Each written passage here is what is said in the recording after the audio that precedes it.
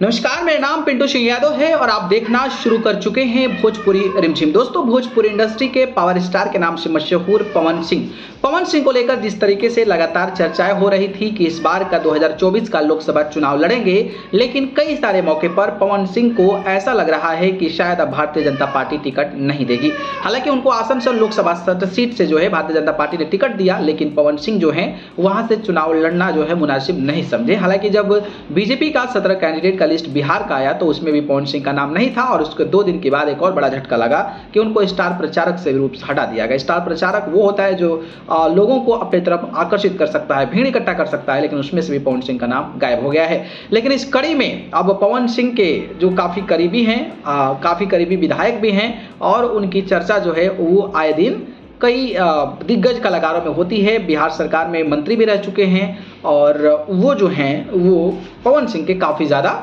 करीबी भी हैं। तो उनका एक इंटरव्यू मैंने देखा था सोशल मीडिया पर, वो इंटरव्यू जो है काफ़ी ज़्यादा वायरल हो रहा है और उन्होंने पवन सिंह को लेकर जो बात कही है, उस सीट पर पवन सिंह जो हैं वो दावेदारी ठोक सकते हैं। जी हाँ, बात करें तो उनका ये कहना है कि भैया जो पवन सिंह हैं उनके लिए भारतीय जनता पार्टी सोच रही है, क्योंकि पवन सिंह जो हैं वो पहली बार भारतीय जनता पार्टी में ही आए थे और 10 सालों तक तपती गर्मी ठंडी में वो प्रचार करते नजर आए।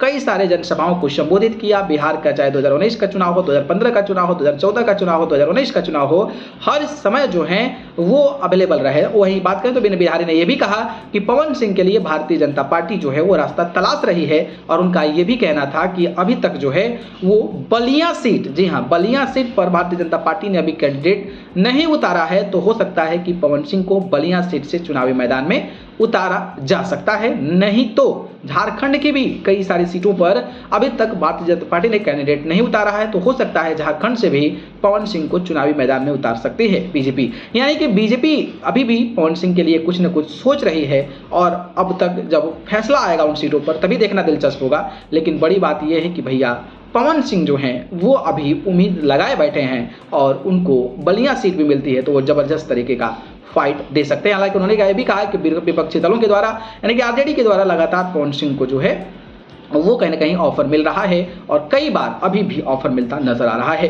तो आपको क्या लगता है, पवन सिंह को बलिया मिल पाएगा? बलिया नहीं तो झारखंड में कोई सीट मिल पाएगी? इस पर अपनी प्रतिक्रिया बताइएगा।